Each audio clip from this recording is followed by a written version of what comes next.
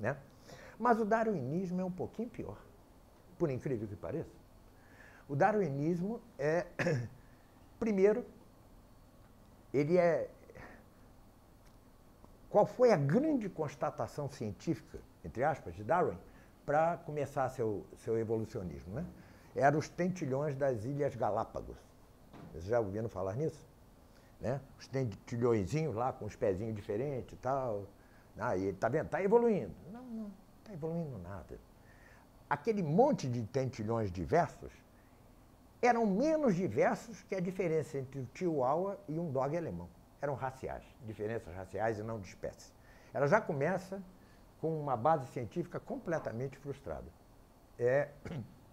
E depois, ele não tinha a menor ideia do que era a célula. Não tinha a menor ideia do que era a molécula. Não tinha a menor ideia do que eram as partículas subatômicas. Não tinha a menor ideia, né? E propõe que uma espécie se mude na outra, tá certo? Em função de sua interação com o meio. É mais ou menos como dizer que o pescoço da girafa cresceu de tanto ela usar, comendo planta lá na árvore, lá em cima, né, as folhas da árvore. Mas o que nós vemos é que certas negras na África esticam o pescoço com aquelas argolas, ou então as chinesas que apertam o pé para ter um pé pequeno, e geração vai e vem, e o pé nasce grande e o pescoço nasce normal. Tá certo? Essa é a nossa observação. Eu estou convicto, aliás, que o homem não tem mais que 8 mil anos na Terra, certo? Em 8 mil anos, nunca ninguém viu isso, né? Então, qual é a saída do darwinismo? Joga a coisa para zilhões de anos, tá certo? Em zilhões de anos, pequenas mudanças e tal. Mas aí chega um cientista chamado Michael Behe, que é um biólogo molecular, e funda a doutrina do design inteligente, ou da complexidade redutível. Recomendo que leiam esse livro chamado A Caixa Preta de Darwin, saiu pela Zahar, né? Ele ainda é um mecanicista, ao modo de Newton. Ele ainda não resgatou o aristotelismo, mas ele prova, por A mais B, que é impossível a evolução. Impossível. A evolução das espécies, ele admite a tal microevolução, mas a microevolução é a mudança racial, tá certo? Assim como há várias raças de cães, o homem mesmo, né? Há o titã bíblico, né? Há o nórdico de 2 metros, há o chinês que joga basquete de 2,30 metros, e há o pigmeu. Tá certo? Aliás, o pigmeu vive ao lado dos zulus, que são enormes. Tá certo? São diferenças raciais. E se cruza um zulu com um pigmeu, vai nascer um homem. Tá certo? Não vai nascer outro ente, né? Aliás, vários darwinistas já tentaram coisas crudelíssimas, né?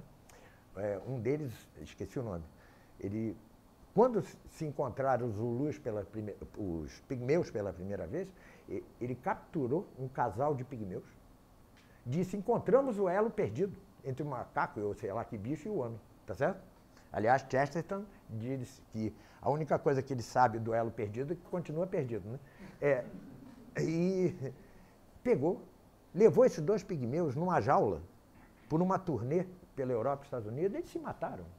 Eles se mataram. O governo soviético, com a ajuda de Fidel Castro, cruzaram uma mulher negra com um macaco, com um orangotango, com um chimpanzé, sei lá o quê, com algum macaco. Né? Não deu nada, o cientista que estava fazendo a experiência, quem mandou, morreu, os comunistas o mataram. Claro, não deu certo, mata logo para não ficar testemunho da coisa, né? Bom, mas o fato é que Michael Behe, ou seja, o pessoal do design inteligente, da complexidade irredutível, né? Ele mostra que cada organismo de cada espécie é uma complexidade irredutível, né? Não pode ser uma coisa ou outra, né? Ele mostra a seiva e o sangue. O que é algo entre a seiva e o sangue? Nada. Não é nada. Como é que você dá o salto da seiva para o sangue? Não dá. Entendeu? Não dá. Ademais, você olha para as famosas camadas geológicas da Terra, não é isso? É impressionante. Numa camada está cheio de dinossauros. Na camada seguinte, há mamíferos. Na seguinte, volta os dinossauros. Entendeu? Não há coerência nessa coisa e eles forjam todo. Ou seja, o darwinismo tornou-se uma espécie de indústria, não é isso? É financiada, é muito dinheiro, né? coisas que já foram negadas até pelos evolucionistas, continuam nos livros de divulgação que chegam às nossas crianças nas escolas, tá certo? Todo mundo tem certeza que o homem primitivo agarrava a mulher pelos cabelos, levava arrastando, não é isso? Não tem todo mundo certeza? Todo mundo tem certeza que eles viviam dentro das cavernas, não é isso? E aí você vê os fósseis. Quantos fósseis? Ah, é o elo. Não era um homem com uma doença óssea, tá certo? Como nós já não vimos homens defeituosos que parecem animais, tá certo? E assim vamos. É uma série de farsas, seguindo-se a farsas, financiado por um grande esquema, né? Não duvido que saia do mesmo Soros de quem sai o financiamento da ideologia de gênero, e cientificamente insustentável. Enquanto Einstein descobriu coisas importantes, aliás, um dos cavalos de batalha da teoria da relatividade é o relógio do GPS, né? Porque, segundo... E é verdade, todo dia eles têm de ajustar o relógio atômico do GPS para corresponder ao relógio da Terra, né? E eles dão a explicação. Pronto, está provada a relatividade. Não está nada. Eu explico no livro, não está nada provado, né? Isso não prova. Isso apenas prova que certa velocidade altera o próprio instrumental, certo? Porque a velocidade é muito grande. Assim como se nós estivéssemos num carro muito veloz, num trem muito veloz, num avião muito veloz, nós teríamos deformação.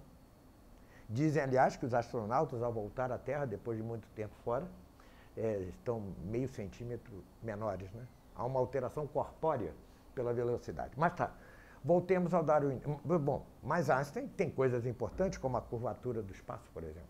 É uma coisa importante, é uma descoberta importantíssima.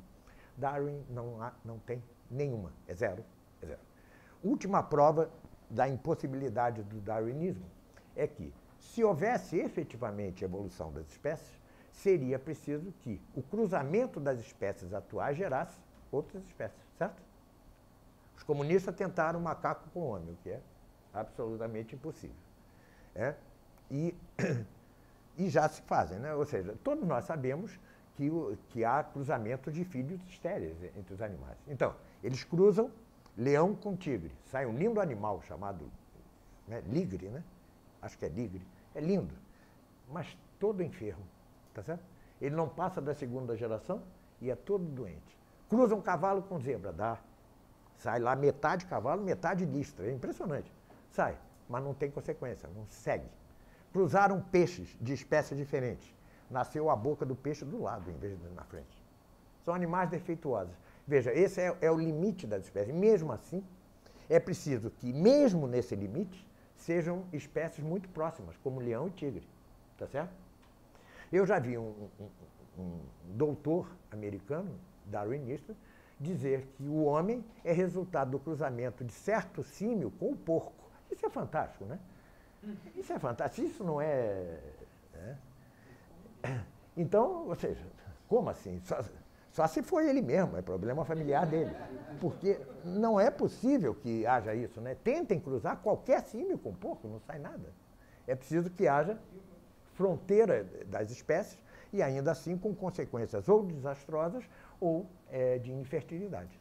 Tá certo?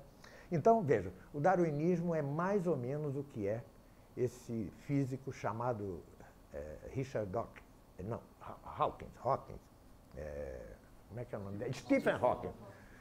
Ele, todos sabemos que, metafisicamente falando, e a revelação nos vem dizer, para que Deus tenha criado o que criou, é preciso que tenha tirado tudo de nada. Porque se ele tirasse de alguma coisa, a coisa remontaria ao infinito e seria impossível. Isso é uma explicação metafísica longa.